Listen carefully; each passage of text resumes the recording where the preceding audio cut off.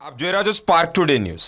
Builder સામે આક્ષેપ કરી માણી સમાજના પરિવાર પાલિકામાં રજૂઆત કરવા પહોંચ્યા છે। લાલબાગ તળાવ પાસે રહેતા માળી સમાજના સદસ્યો દ્વારા પાલિકામાં મોરચા સ્વરૂપે પહોંચી અને રજૂઆત કરી અને માંગણી કરવામાં આવી છે।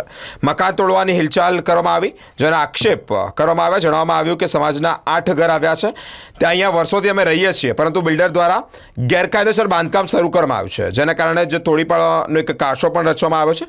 સાથે જ તેઓ જણાવ્યું છે કે અમારી ચોથી પેઢી આ જગ્યા પર રહે છે। બિલ્ડર દ્વારા ગેરકાયદેસર બાંધકામ કરવામાં આવ્યું, તેની તપાસ કરવામાં આવે અને તેમના પર કાયદેસરના પગલાં ભરવામાં આવે તેવી માંગ કરવામાં આવી છે।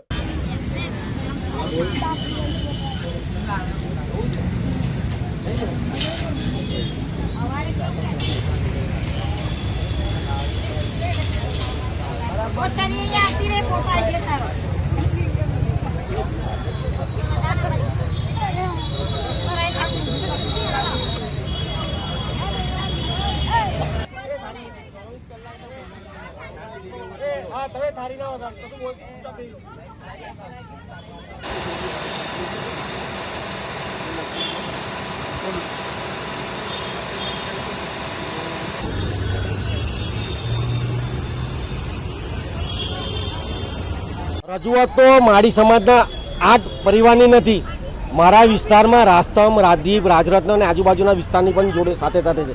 કારણ કે જે કાશી વિશ્વનાથ તળાવની ઉપર જે ગેરકાયદેસર બાંધકામની પરમિશન આ લોકોએ ટાઉન પ્લાનિંગ આપી એ તદ્દન ગેરવ્યાજબી આપેલી છે। ત્યાર પછી બાજુમાં અમારા મકાનો છે, એમાં 8 પરિવારો આવેલા છે, જે ચોથી પેઢી કહેવામાં આવે બાપ દાદાઓની, એ ચોથી પેઢી છે। 1956થી દાદા ખેડૂત છે ત્યાં આગળ, અને 10/1/1989ના રોજ અમારી ઉપર હુમલો થયેલો તલવારો વડે, અને મકાનો તોડી નાખેલા, પૈસા લઈ ગયેલા, અનાજ લઈ ગયેલા અને બધા વાસણો ફેંકી દીધેલા। એની પણ ફરિયાદો અમે કરેલી છે, હાઈકોર્ટ લગીને ગયા છે। ત્યાં ધીરુભાઈ જે બિલ્ડર કહેવામાં આવે, બાલકૃષ્ણ એપાર્ટમેન્ટને પેલેસ પ્લાઝા જે બનાવવામાં એ વખતનો સમય હતો। અત્યારે ફરી જ એ પરિસ્થિતિમાં રોશન તળેકર કરીને બિલ્ડર છે, એમની ઘરે વારે ઘડીએ ટોર્ચર કરવામાં આવે છે અને અમારા ઘરની બહાર ખોદકામ કરવામાં આવે છે। જ્યારે ગાયકવાડીએ 2014ની અંદર વેચાણ કર્યું હતું, ત્યારે ગાયકવાડે આવવા જવા માટેના રસ્તાના પૈસા પણ નથી લીધા અને અમારો રસ્તો પણ રાખેલો છે ને એમનો પણ રસ્તો રાખેલો છે। એ જ માંગ સાથે આજે કલેક્ટરમાં રજૂઆત કરી, કમિશનરમાં રજૂઆત કરી, ટાઉન પ્લાનિંગમાં કરી અને મેયર સાહેબને એટલે ખાસ કહેવાયા, કારણ કે ભારતીય જનતા પાર્ટીના 4 નેતાઓ આમાં સામેલ છે, જે એમના ઇશારે કામ ચાલી રહ્યું છે।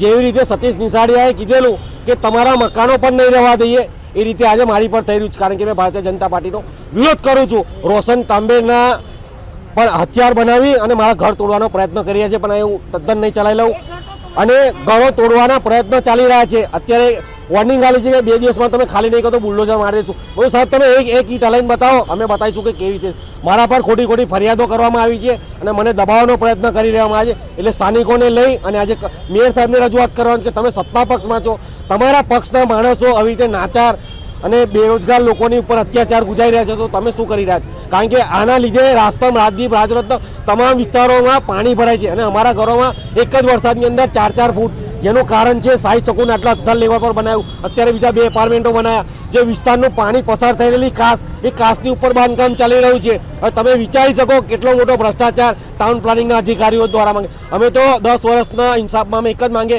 કે ટાઉન પ્લાનિંગના અધિકારીઓ ઉપર કાયદેસરની કાર્યવાહી થાય અને ખાતાકીય તપાસ થાય, એવી માંગ સાથે અમે બેઠા છીએ। અને જ્યાં સુધી આ સભા પતે નહીં, ત્યાં સુધી અમે હલવાના નથી, જ્યાં સુધી મેયરને રજૂઆત નહીં કરી। રાજેશ માળી।